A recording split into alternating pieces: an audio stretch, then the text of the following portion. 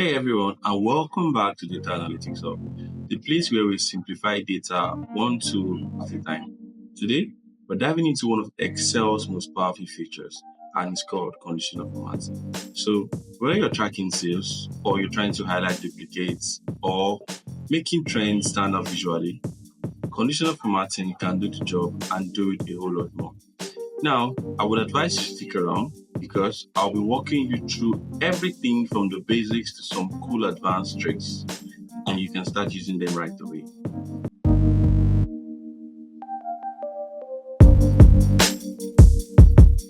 Hi there, so we're going to practice conditional formatting in Excel, and if you want to practice along, you need this data set. You can find the link to download data set in the description of this video below. So to get to conditional formatting, click on your Excel Home tab and you're going to see conditional formatting here.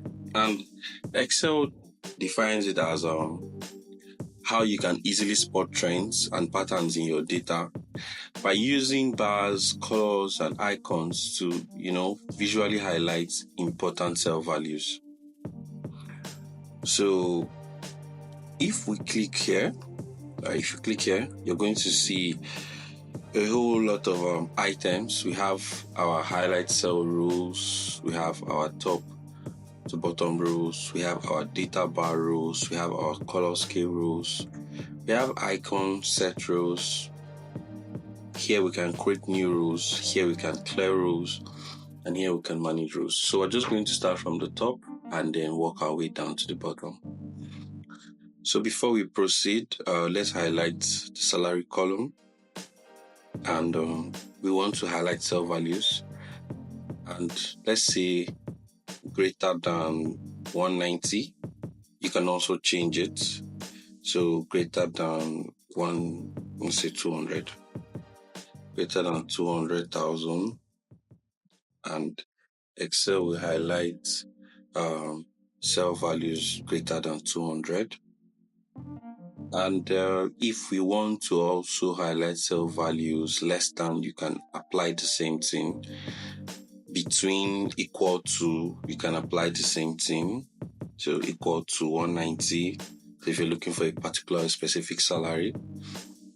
And the next thing there is, so we're going to do text containing and duplicate values. So if you're looking for a particular text in your data set, so for this, let's say we want to text containing, we want to know all those are using yahoo.co in our organization.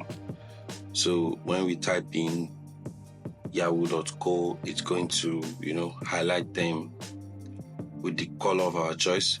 We can also change that. So if I should come here and then you click on custom formats, you have a whole lot. You can change fonts, border fill, and so if you select this color and click on OK, you can see that it has taken effect. You can also say, okay, let's know those that are using Gmail, and it will Excel will highlight them. Then for the duplicate values, let's work with the employee ID and conditional formatting, highlight cell rules. Remember, this particular condition is just highlighting rules based on greater than, less than, between, equal to, and thereabouts. So let's say we want duplicate values, and we don't like this color. Okay, so there you have it. For example, you're working on a data set that has let's say 50,000 rows, and you apply this formula here and you don't see anything. You can also, another thing you can do is actually filter by color. So when you filter by color, you click on this and sort by color. You can filter by color, you can sort by color. But if we sort by color, it will maintain our data set for us. And when you click sort by color, you will find it will bring duplicate values to the top of your sheet, and then you can easily see them. Okay, so another thing we can do with that rule, we can also identify unique values. So if we should highlight cell values, you can change this. You can see to unique. And when you change to unique, what Excel is going to do is, and it will highlight the cells that are appearing just once. Okay, so let's cancel that. And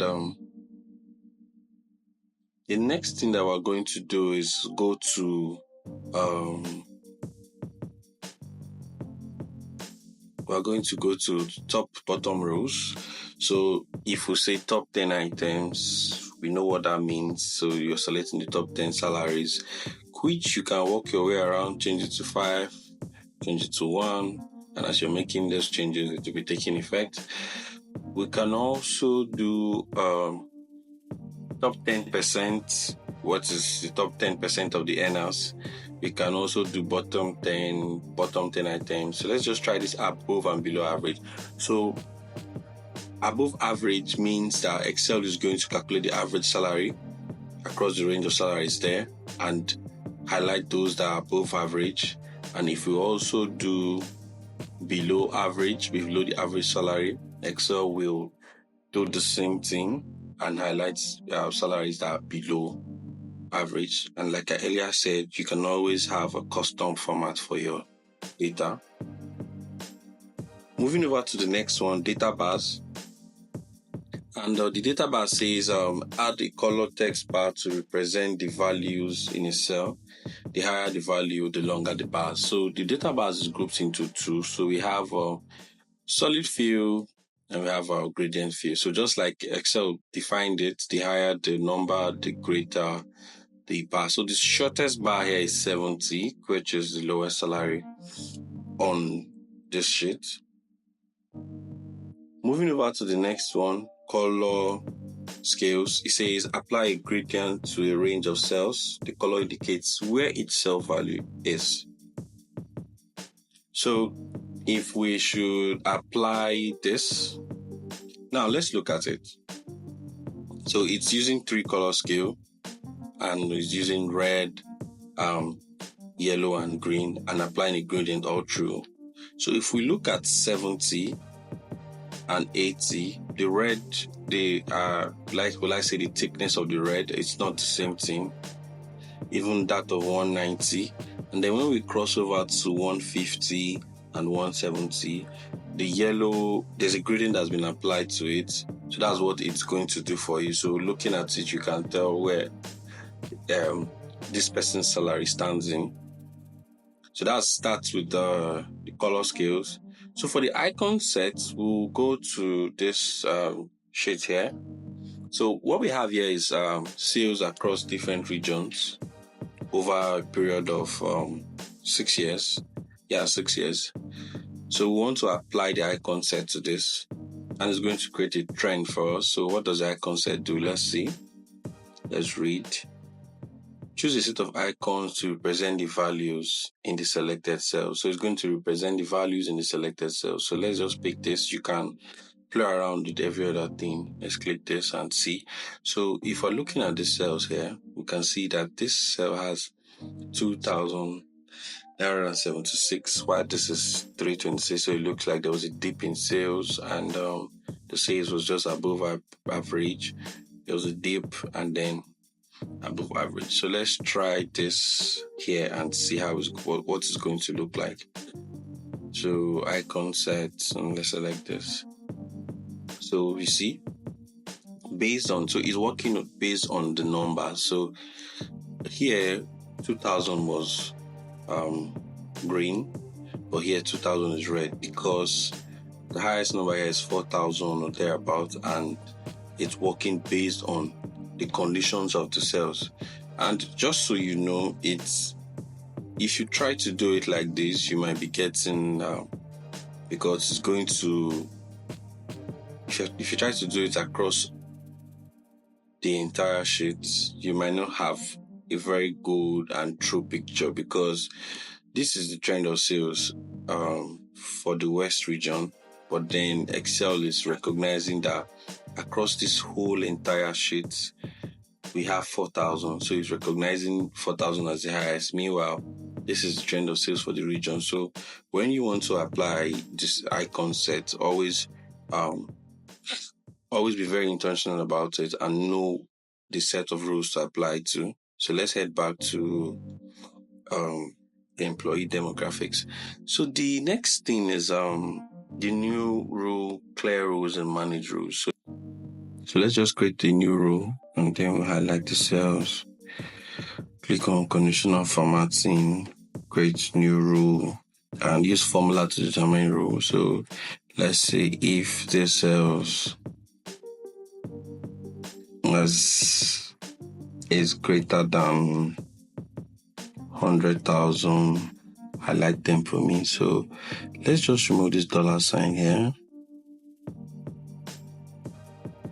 and select the color of our choice, so formats, and then we'll use this pink. Click OK, and when you click OK, it's going to, so all the salaries are above 100,000. So that's how you can just quickly create a rule for yourself using your own formula.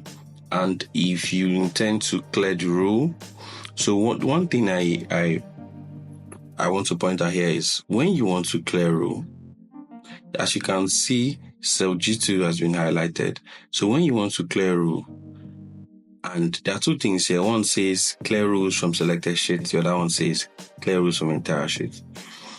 You might have different conditional formatting rules applied across your sheet.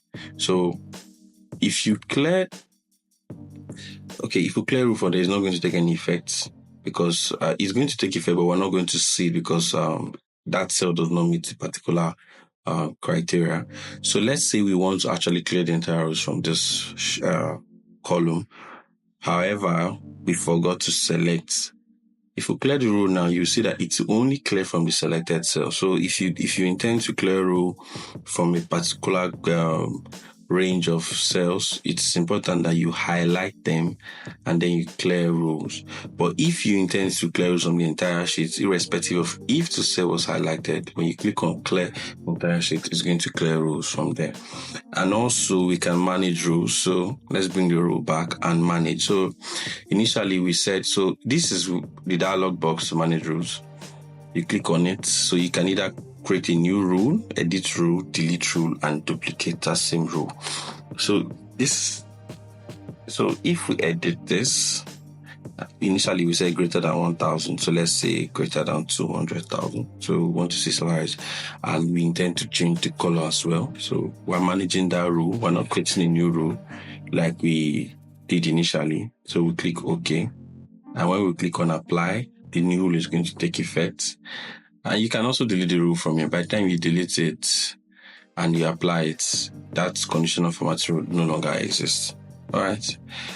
I think I've been able to cover everything that has to do with conditional formatting. So what I would do is I would advise you to play around it. Like, it's pretty straightforward. Just play around it, try one or two things, and you will see that it's easy to grasp and understand. Thank you for staying to this point of this video. Don't forget to follow me for more tutorials on Excel, and also like this video and hit the notification bell icon so you'll be notified when my next video drops. And that's a wrap on conditional formatting in Excel.